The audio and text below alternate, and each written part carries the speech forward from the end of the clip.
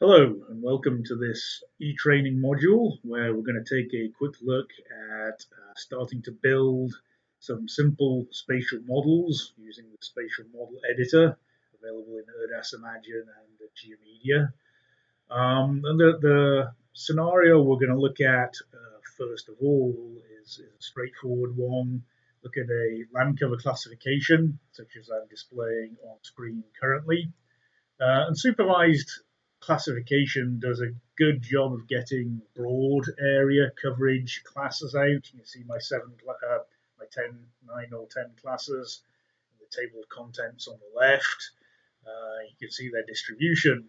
One of the things it generally can't do a good job of, especially from Landsat data, is extracting roads from that coarser resolution data. So very large scale roads such as interstates and motorways can generally be picked up. But finer roads, surface roads, minor roads, and so on are very difficult to extract. But what we may want to do as part of a GIS analysis is have those road classes burnt into the raster data. So we actually have a vector layer of roads that I've overlaid and turned on now that I wish to go ahead and turn into another class within the land cover classification raster. So we're going to go ahead and show how to build a spatial model that performs that type of vector burning. So let's go ahead and start creating our spatial model and take a look at how to use the spatial model editor. To start that, we're going to come up to the Toolbox tab, click on that, and go along to the spatial model editor. One thing we could do is go ahead and right click on spatial model editor and we could add that to the quick access toolbar if we wished. I've actually already done so on my version of Erdas Imagine, but let's go ahead and just click spatial model editor and start the editing canvas. The first thing we want to do, if we want to burn some vectors into a raster, obviously we need that raster as the initial starting point. So I'm going to come over to my operators listing on the right hand side, come down to raster input, use the left mouse button, click down and hold, and drag that function into the editing canvas and release. And we have an operator added to the editor named the raster input that we're going to go ahead and use to bring in the raster information. Go ahead and double click that operator and that will start a dialog associated with that particular operator. In this case, because it's the raster input, we have the information for bringing in raster information. So let's go ahead and open up the supervised Cherokee classification that I had displayed on the left. I can either use the file chooser to navigate to that location, or because I've already displayed it in this session, I can right click on the file open button and just pick it from the recent list and fill it in and go ahead and click OK. Now you can see that that input port that was formerly read as a required input port is now white and has a file name associated on that port showing that the operator is ready to run. Next, we need to bring in the vector layer and turn those vectors into a raster so that they can be combined with the Landcover classification. So again, in the operators panel on the right, we're going to go and find the input category, expand that tree view, and find the vector input as raster. Again, double click the operator to bring up the dialog associated with it. Here we want to pull in the name of the input vector layer.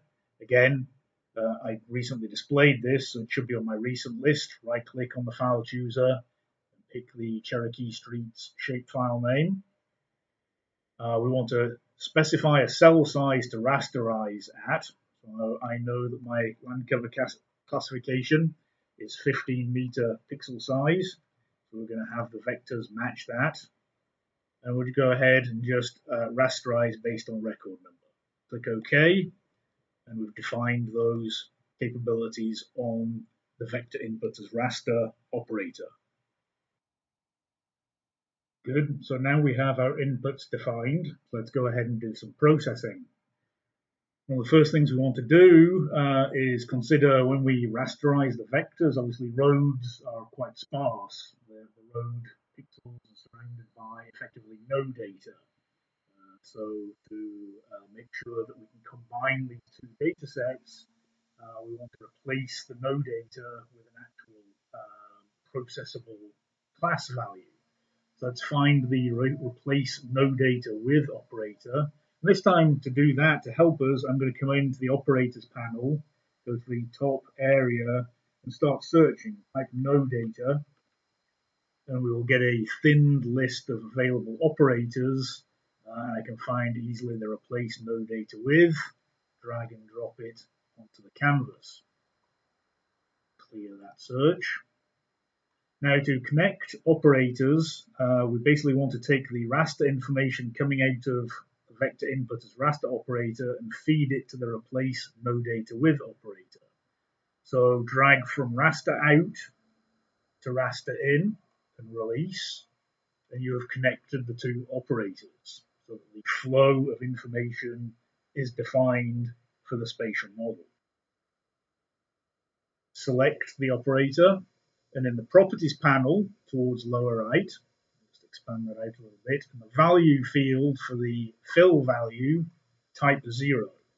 This basically then means any no data values or locations are going to be replaced with a data value of 0.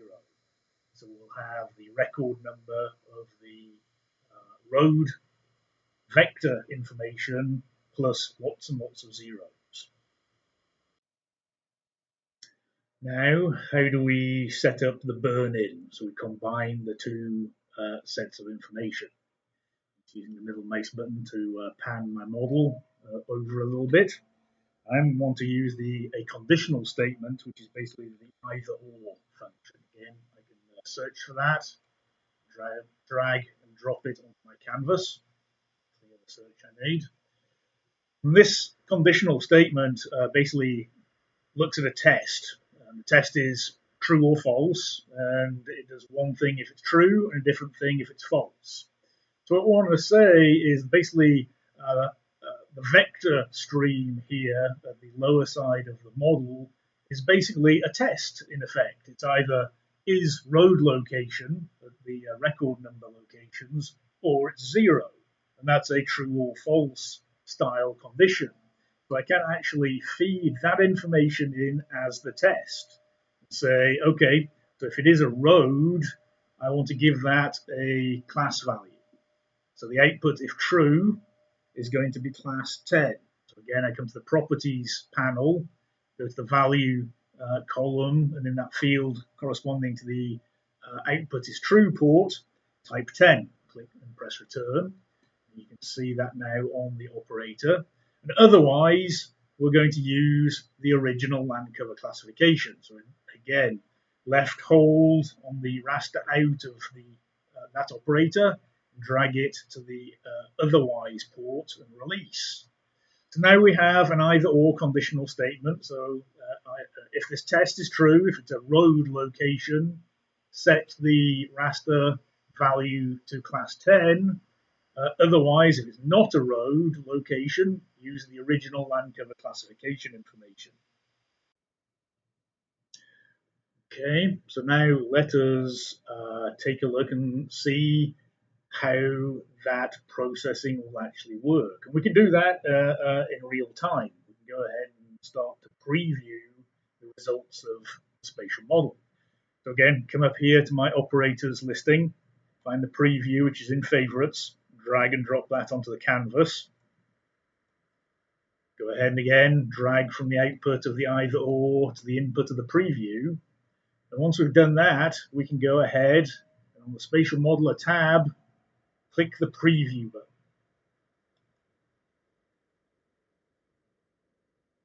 And we can now see a Landcover classification with road vectors burnt in. And nice bright white lines on those road vectors. I haven't produced a file at this point. I've just previewed, and you can also see I haven't assigned any colors to the Landcover classification again. But in effect, the burn-in function is being applied correctly by the spatial model that you've just built. So everything is working as expected. In a subsequent e-training module, I'll show you how to write out a file, and as part of that writing out of the file, actually go ahead and associate the original class names and colors back to the data. But here in this quick e-training module, you've learned how to start building a spatial model using the spatial model editor and perform some analysis. But before we actually close out, let's go ahead and make sure you have this model for use in a future e-training module to carry on. Make sure that the spatial model editor is active and selected. Come up to File, Save As, Spatial Model As, give your model a name, call it Burn In, and click the return button, and our model has been saved for future use. Thank you very much for watching this e-training video, and please stay tuned for the follow-ons.